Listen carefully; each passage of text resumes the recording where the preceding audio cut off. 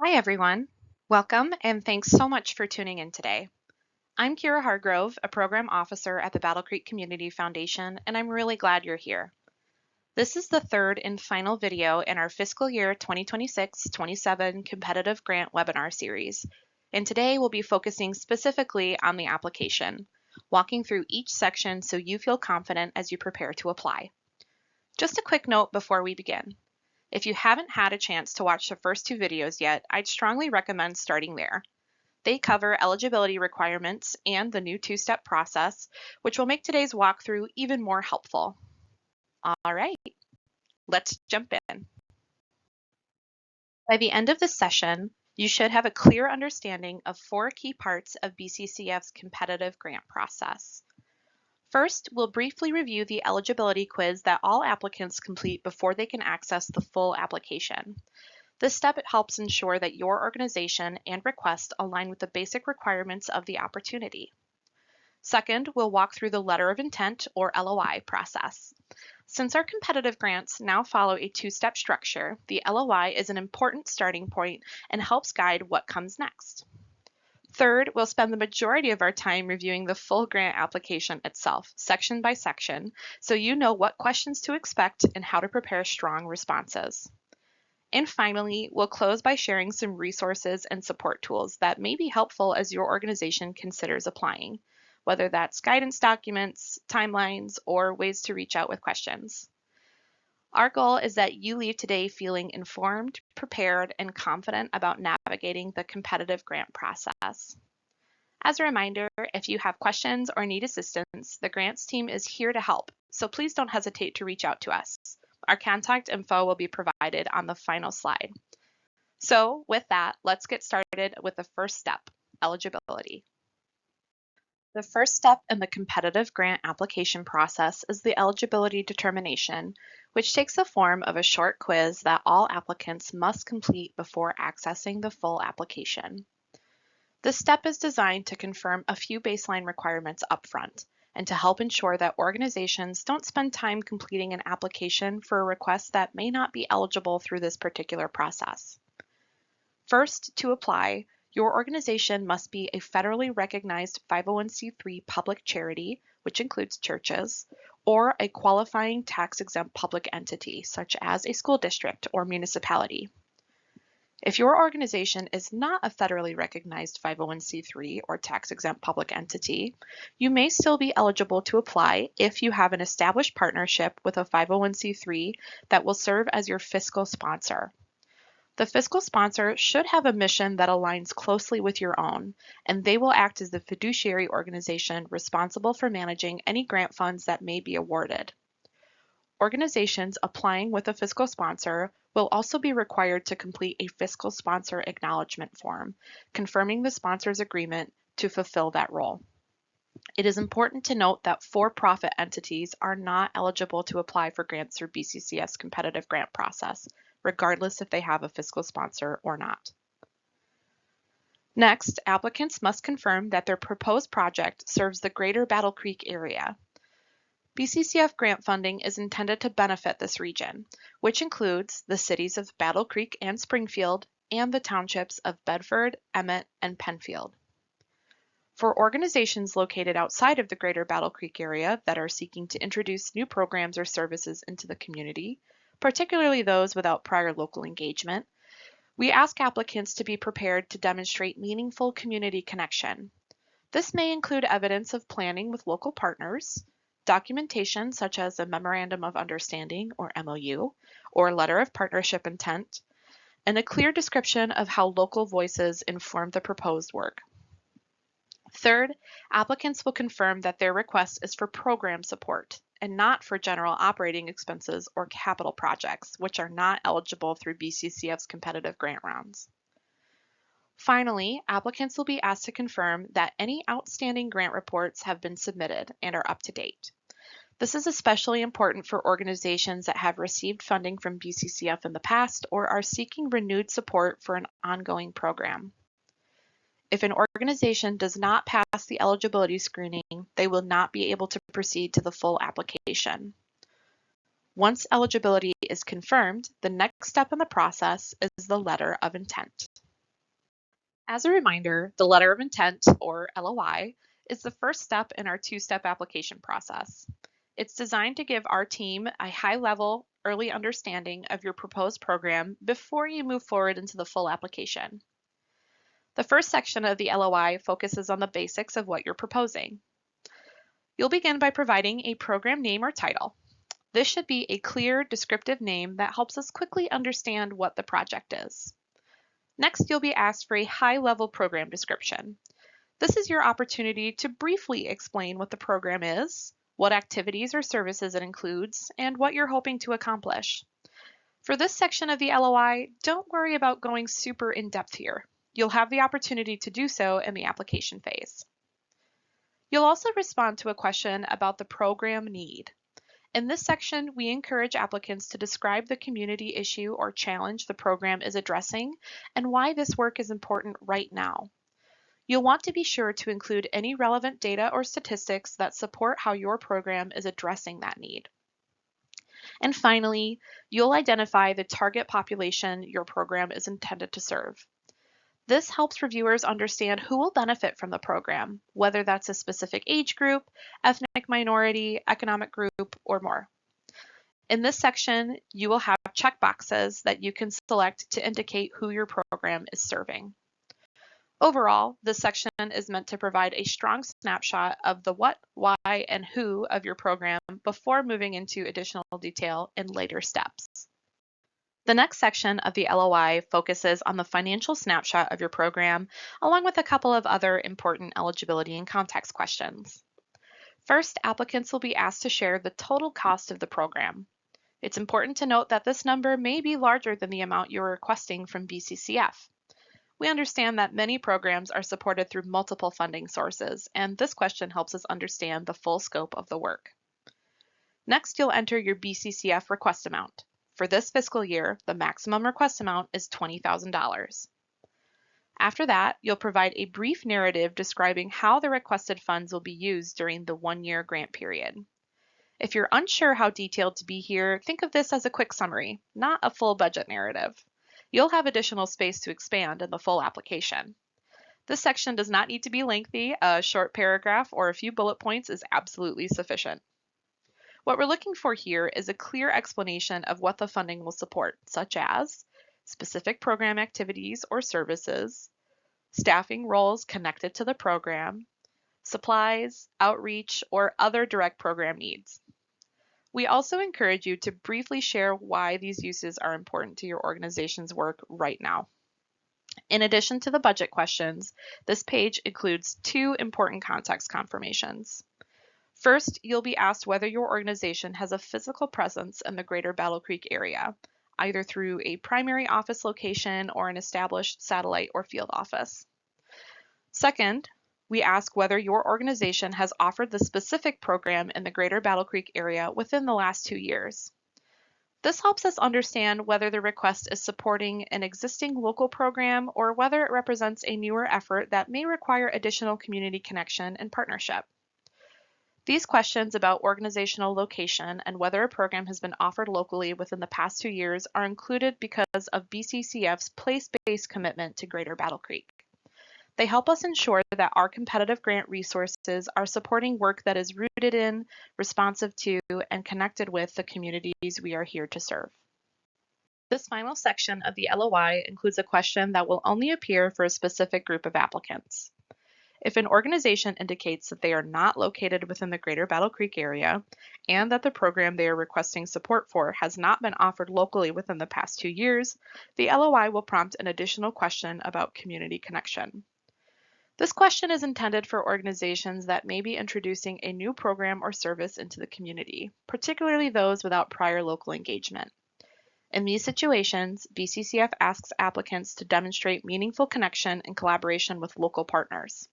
This may include evidence of prior conversations or planning with local stakeholders or community-based partners, documentation such as a memorandum of understanding, a letter of partnership intent, or a comparable agreement when appropriate, and a clear description of how local voices or collaborators helped inform the proposed work. With limited competitive grant resources, the Battle Creek Community Foundation prioritizes investments that are grounded in authentic local relationships, reflect shared ownership and collaboration, and support sustainable, community-driven outcomes. This approach helps ensure responsible stewardship of philanthropic resources, alignment with donor intent, and funding decisions that are responsive to the needs and strengths of the greater Battle Creek community. Applicants responding to this question will be asked to upload supporting documentation. And if you have multiple files to submit, we ask that you combine them into a single document before uploading. The LOI then closes with a final straightforward step, providing organization contact information. This should be the best point of contact for general communication about the grant process. Most often, an organization's executive director, CEO, board chair, or other authorized lead. You'll be asked to provide their name, title, email address, and phone number. Once this section is complete, your LOI submission is ready. From there, eligible applicants will be invited to move forward to the full application. Now we'll transition into the full competitive grant application, which is the second step in BCCF's two-part process. In these first few questions, you'll notice that your program name and your high-level program description will transfer over automatically from the LOI. Because the LOI portion of the process is now closed, those responses cannot be edited within the full application, so it's important that the information submitted in the LOI stage reflects your request accurately. The application also introduces several new questions, beginning with your proposed program start date. Applicants should select a start date that occurs after BCCF's planned award timelines, this year after mid-May or mid-November, since BCCF does not provide retroactive funding for work that has already taken place. You'll also be asked for a proposed project end date. Some programs may be short-term or one-time, while others may be ongoing. For ongoing efforts, applicants should generally select an end date that is about 1 calendar year out from the proposed start date, in alignment with BCCF's grant award period being 12 months in length. Finally, this section includes a detailed program description where you can expand on the high-level program summary you provided in the LOI.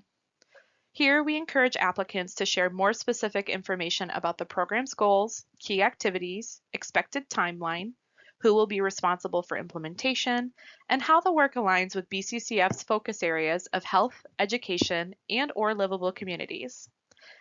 As you complete the detailed program description, we encourage you to be as clear and specific as possible while avoiding overly technical language or jargon. It may be helpful to keep in mind that BCCF's grant applications are reviewed by a committee of community volunteers who bring a wide range of perspective and experiences, but may not have specialized expertise in every field or service area. Writing in a way that is accessible and easy to understand helps ensure that reviewers can fully grasp the purpose, impact, and importance of your work. Next section of the application focuses on the community need your program addresses, the impact you hope to make, and who will benefit from the work. First, you'll notice that the program need response from your LOI will carry over automatically into the full application. You'll then see an optional follow-up question that asks, building on the need identified in your LOI, what new insights make this program necessary now?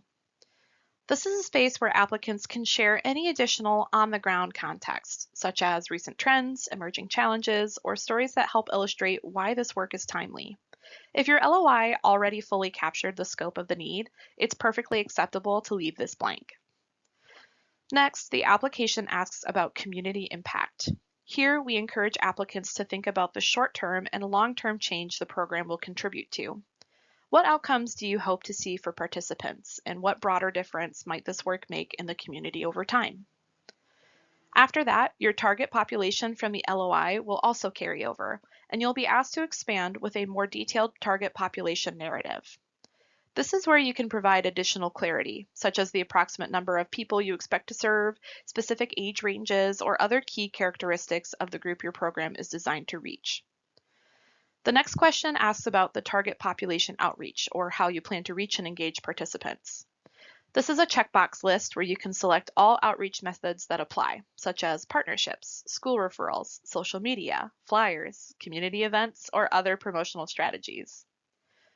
You'll also be asked to describe any collaborations or partnerships connected to the program. This includes listing key partners or collaborators and reflecting on whether you have engaged or plan to engage other organizations doing similar work in the community. If you are not partnering with others, this is also an opportunity to briefly explain why that approach makes sense for your project. Finally, this section begins the transition into the financial portion of the application with the total program costs, which will carry over from your LOI submission. This next section of the application moves more fully into the financial and implementation details of your request. To start, you'll see that your BCCF request amount and your initial use of funds narrative will carry over automatically from the LOI. Again, these responses are locked in from the first step, but the full application now gives you the opportunity to provide additional detail. The next question is the BCCF funding detail section. Here, applicants are asked to provide a more specific budget-style breakdown of how BCCF funds will be used. This should include individual expense categories, specific dollar amounts, and enough detail to show how the budget was calculated and what will be purchased or supported. The total of these line items should add up to your full request amount. We also want to note that organizations may include indirect costs as part of their request, up to a maximum of 15%. Indirect costs should be calculated as a percentage of the direct program expenses included in the request. For example, if your request's direct program costs total $10,000, you may include an additional $1,500 for indirect expenses for a total request of $11,500. After the budget breakdown, applicants are invited to share any other support for this work. This is an optional space to describe additional funding, in-kind contributions, or non-monetary support that helps sustain the program, such as other grants, individual donations, volunteer support, donated space, or community partnerships. Support may be confirmed, pending, or informal. You'll then see a checkbox question about program sustainability, asking how the program is expected to continue beyond the one-year grant period. There is also a checkbox question about the impact of partial or no funding, which helps reviewers understand what components of the program are most dependent on this grant request. Applicants also have the option to upload a program budget document in whatever format works best. This is encouraged but not required. Finally, this section includes a question about evaluation and success metrics, where applicants can select from a list of options describing how they plan to measure outcomes and assess whether the program is achieving its goals. This final section of the application includes the attachments and closing requirements before submission. First, applicants will be asked to upload a copy of their organization's operating budget. This should reflect either your current fiscal year budget or your upcoming planned fiscal year budget. Any format is accepted, and this document is reviewed by BCCF grant-making staff for administrative and financial context. Applicants may also choose to upload additional optional materials, such as a program brochure or a program plan if available, letters of support from partners or collaborators, which are not required but can be helpful. If you are submitting multiple letters, we ask that they be combined into a single PDF document before uploading. There's also space to provide any other relevant supporting documents, such as photos, flyers, or video links. Again, if you have multiple files, we encourage combining them into one document for ease of review. Next, the application includes a question about whether your organization is applying with a fiscal sponsor.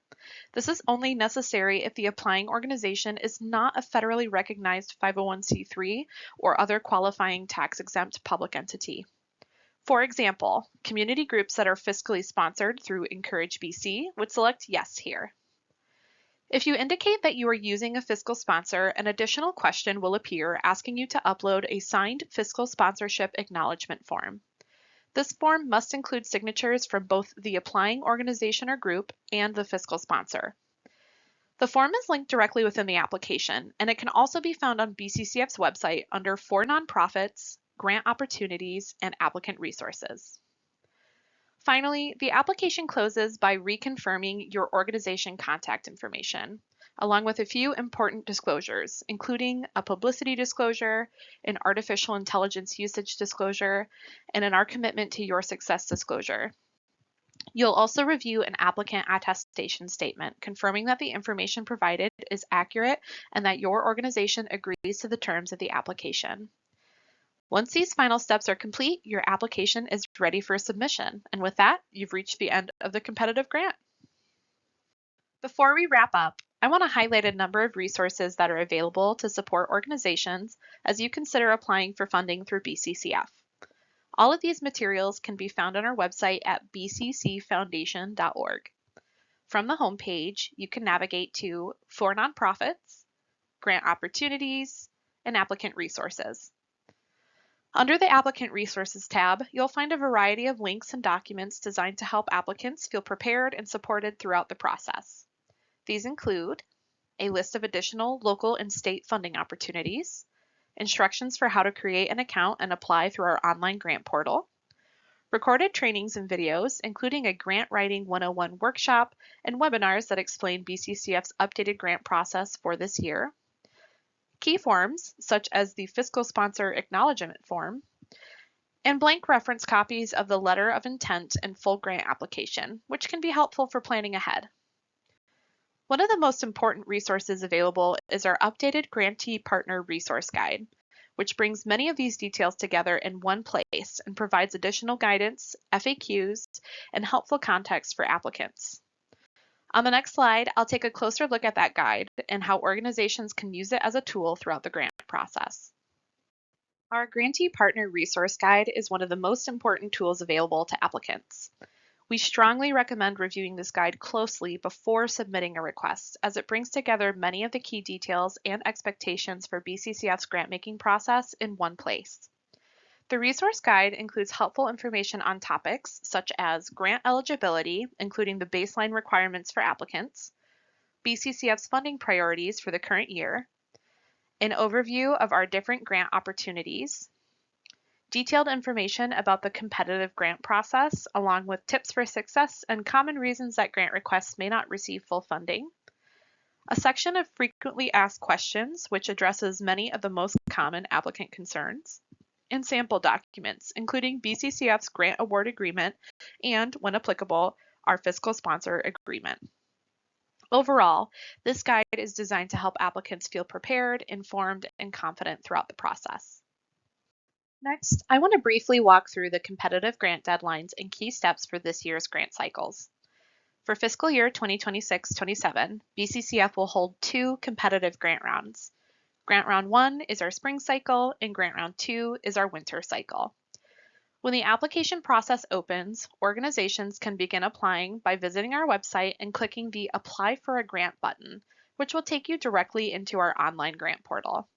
At that point, applicants can start working on the application, save progress, and return to it as needed. To be considered for funding in a given round, the full application, including all required attachments, must be submitted by the deadline. For this year, Grant Round 1 LOIs are due by Wednesday, March 11th at noon, with the full application due by Wednesday, April 8th at noon. Grant Round 2 LOIs are due by Wednesday, September 9th at noon, with the full application due by Wednesday, October 7th at noon. It's important to note that your organization must submit an LOI for approval before you can have access to the full application. Organizations that miss the LOI deadline will have to wait for a future grant cycle to apply. After each deadline, BCCF staff may follow up with applicants by email or phone with clarification questions. Grant review committees meet to evaluate applications in early to mid-May for Grant Round 1 and early to mid-November for Grant Round 2. Following those meetings, award notifications will be emailed to applicants with funding decisions. Organizations that are awarded funding will then complete a formal grant contract, and once the signed contract is received, funds will be distributed in BCCF's next payment cycle. The earliest grant funds could be dispersed is by the end of May for Round 1 and by the end of November for Round 2. BCCF grant award periods are generally 1 year in length, meaning that funds should be expended within the grant period. As I mentioned earlier in the webinar, BCCF does not provide retroactive funding, so we cannot reimburse expenses for programming that has already occurred. Planning your applications around these award dates is essential. In general, the April deadline is best suited for summer or fall programming, and the October deadline is best suited for winter or spring programming. As a reminder, requests must be program specific and not for capital or operating support. Competitive grants may support a wide range of programmatic work that align with our funding pillars, which includes work that is education focused, health focused, livable community focused, which can include programs related to arts and culture, workforce development, and also youth related programming in any of our focus areas. As we close, I want to thank you again for taking the time to watch this webinar and for your interest in applying through BCCF's competitive grant process. We recognize the important work that nonprofit organizations, schools, and community partners are doing every day to strengthen the Greater Battle Creek area, and we truly value the opportunity to partner with you through philanthropy. If you have questions as you consider applying, or if you'd like to talk through eligibility, program fit, or any part of the application process, please don't hesitate to reach out. Our grant-making team is here to support you, and we're happy to help clarify requirements or connect you with helpful resources. Thank you again for your commitment to our community, and we look forward to learning more about your work through the competitive grant process.